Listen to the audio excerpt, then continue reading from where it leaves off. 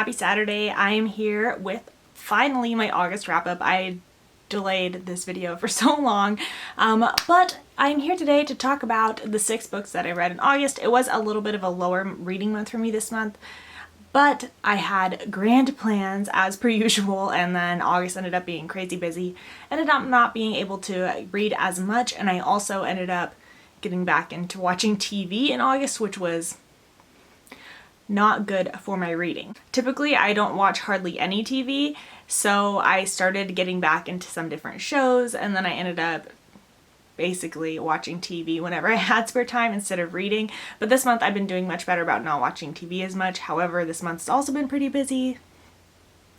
So we'll see how it goes for the rest of 2019. So starting out in August, the first book that I finished was The Family Upstairs by Lisa Jewell. This is a mystery, I guess, not really a thriller, more of a mystery about a girl who is now 25. She's an adult. She ends up finding out who her birth parents were. She was adopted as a baby and never learned about her parents ever. So when she's 25, she ends up getting her trust from her biological parents and ends up finding out that her parents were involved in some sort of mysterious suicide pact, some sort of weird cult activity thing. And she ends up investigating it and trying to figure out what happened with my birth parents, and also trying to locate her 2 siblings, which were never found. I really enjoyed The Family Upstairs a lot, so much so that I ended up buying 2 other Lisa Jewell books this last month because I'm really interested in reading more of her mystery thriller books. I really liked the plot of this.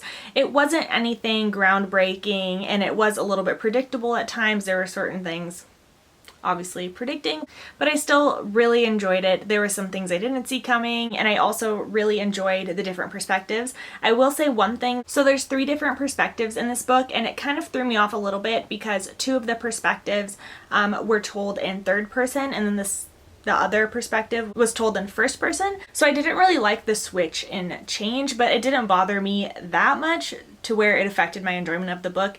I just prefer all the same perspective. I don't know why I'm like this. I have an issue about perspectives, and I like it when it's all the same. But anyway, it didn't bother me so much that it affected my rating or anything like that. It was just something that was a little bit annoying to me, but I still really enjoyed this book, and I ended up giving it 4 stars. Next up, I read There Will Come a Darkness by Katie Rose Poole. This book is a YA fantasy following several different characters. I can't remember how many there are now. I think maybe 5 or so. There is a character who is a religious zealot. There's one who is a prince in hiding.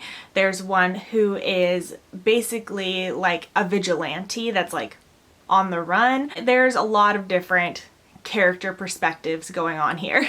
The whole premise of this book is basically that there used to be prophets within this world, and the world relied on the prophets to guide the whole world basically. And a time came where the prophets ended up dying or leaving. They're no more.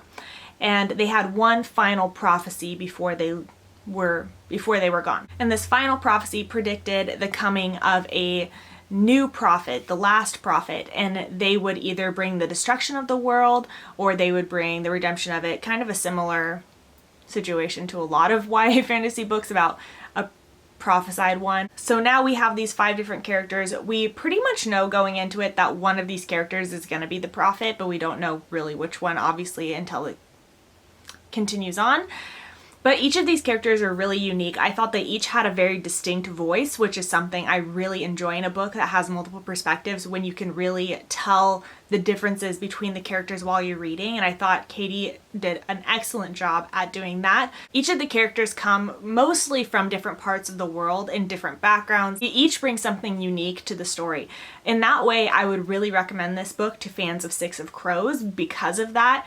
The character dynamic was not a copy of Six of Crows, which is what I've found with the Gilded Wolves and things like that, where I felt like it was more of a trying to copy that. Just the vibe of the character dynamic, I felt people who like Six of Crows would probably like this book too. If you like it for the characters, not the plot. The plot is completely different than Six of Crows, but if you like Six of Crows because of the character dynamic and the group of characters, I think you might like this book as well. I will say there was things that were pretty predictable, and I had actually predicted who the prophet was very early on in the book, but I really enjoyed it, and I'm looking forward to reading the next book in the series when that comes out, and I gave this book 4.5 out of 5 stars. Then I got the chance to read A Heart So Fierce and Broken by Brigid Kemmerer. This is the second book in the Cursebreakers series. The first book was a retelling of Beauty and the Beast, and the first one was A Curse So Dark and Lonely, which I loved last year. It was one of my favorite books. I really, really enjoyed it quite a lot. So I was very excited to go into this one. This one is very different from the other book in the way that it's told in two different characters' perspectives. In the first book, we have Wren and Harper being the main characters of this book. In this book, we are following Gray and Liamara. Liamara is a new character from a different part of the world, and then Gray is obviously the guard that we got the perspective of in the first book. So I have some thoughts about this book. I still really, really enjoyed this book, and I gave it 4 out of 5 stars. I didn't say that yet. I gave it 4 out of 5 stars. Still really liked it. However, I did feel like there was a missing piece because of not getting Wren and Harper's perspective. 2 different adjustments could have been made for me to really enjoy this book. Either added Wren and Harper's perspectives as well throughout the storyline so we can see what was going on with that, or have the characters know nothing about what's going on with Wren and Harper. There was tidbits brought in, lots of talk about Wren and Harper and what they were doing, but we didn't get their perspectives. So Wren is cast in a very negative light in this book, but we didn't ever get to see what was actually going on in his head to see why he's doing these things. So he's just cast in a negative light without knowing his perspective at all. So I would have rathered the characters just because they're not together with Wren and Harper really. So I would have rathered them not get any news about Wren and Harper and just be, I have no idea what's going on in the kingdom, and not push motives onto them when they weren't even with them, didn't know what was going on. So I would have enjoyed that a little bit more. However, I still really love the story. It's still a great world. I can't wait to read more of it, and I'm so sad I have to wait till 2021 for the finale, but we've got to do what we got to do. Then I reread 2 books this month, the first one being The Fault in Our Stars by John Green, and holy moly, this book really held up for me. This has been one of my favorite books. So the first year that this book came out, I read it so many times, probably 4 or 5 times I read this book. I absolutely adored it. However, I haven't reread it in probably 6 years, something like that, so it's been quite a while. I didn't know how I was going to feel about it rereading it again. I know some people don't really like John Green's writing of teenagers and things like that, and I see where they're coming from when they say that. However, I didn't care. This book still just has my heart. It still made me cry. I just can't get over it. I love it so much. It's so heartbreaking, and I imagine I will continue to love it till the end of time. But yeah, obviously I gave this one 5 out of 5 stars still. I was really happy to reread a book and still have the same opinion about it. Then the next book I reread was The Assassin's Blade by Sarah J Maas. This is part of my one Sarah J Maas book a month reread for 2019. Still great. Love, love, love this book.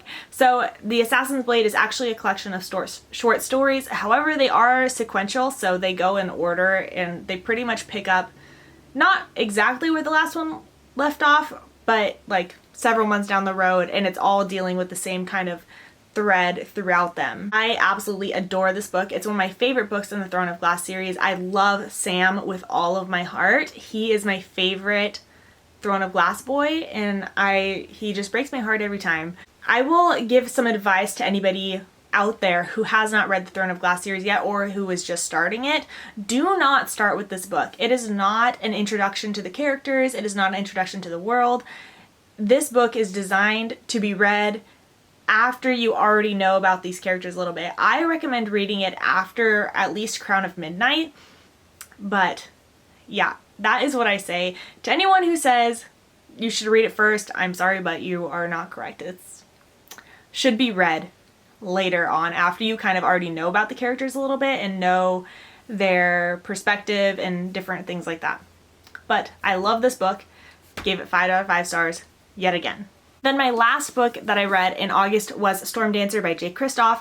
This is the first book in a series of, I think the last series of his that I haven't started, and I really enjoyed this book too. So Storm Dancer is a steampunk fantasy Japan inspired book. So in this world, Japan has basically been destroyed by this lotus plant.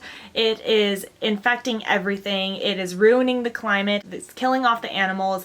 People get addicted to it. It seems sort of like an opium type substance if you use it as a drug, and people are super addicted to it. You have to wear a gas mask, but obviously people who are poor can't afford a gas mask. Like the people who are richer, they, can just have it. And it seems like it's causing people to have cancer, different illnesses, type things like that. That is like the setup of the world. And then we're following a girl, Yukiko, and her dad is basically like a royal hunter. His job basically is to capture mythical creatures for the shogun, which is like the ruler. The thing is that because of this flower, pretty much mythical creatures are just no more. So he doesn't really have a job. He's just kind of, that's his title, but he doesn't really do anything until the shogun gets a here's a rumor about a griffin being spotted, and then he gets this wild hair that he wants the griffin. So then he sends off Yukiko and her father and their team to go hunt it down, and then the story is basically their adventures from there. I really enjoyed this book a lot. You can tell that Jay Kristoff has really grown as an author since he wrote this book. However, I think this one is actually my favorite storyline of his solo ones that I've read before. So out of Nevernight, Lifelike, and this one, I think this one has my favorite story, but I don't think it's the best written. I think Nevernight is much more well written. However, it's not my favorite story. So I really liked this book a lot, and I'm excited to continue on with it. The characters are really cool, and I like the relationship that they have, like the dynamic between the different relationships. The world is really, really cool as well. So I definitely enjoyed this one. I'm excited to continue on with the series. And like I said, while you can tell that this was his debut book, he has improved since then. If you've read other books by him, I still really recommend checking this one out just for the story itself and for the characters I really liked. So guys, that was all the books that I read in August. It was kind of a slow reading month, but I did read some books that I really enjoyed. Pretty much everything I read this month I really liked. So in that way, it was a successful reading month. But thank you guys so much for watching this video, and comment down below if you've read any of these books, if you had a similar opinion to me, or if you had a different opinion, let me know. But I'll see you in the next one. Bye!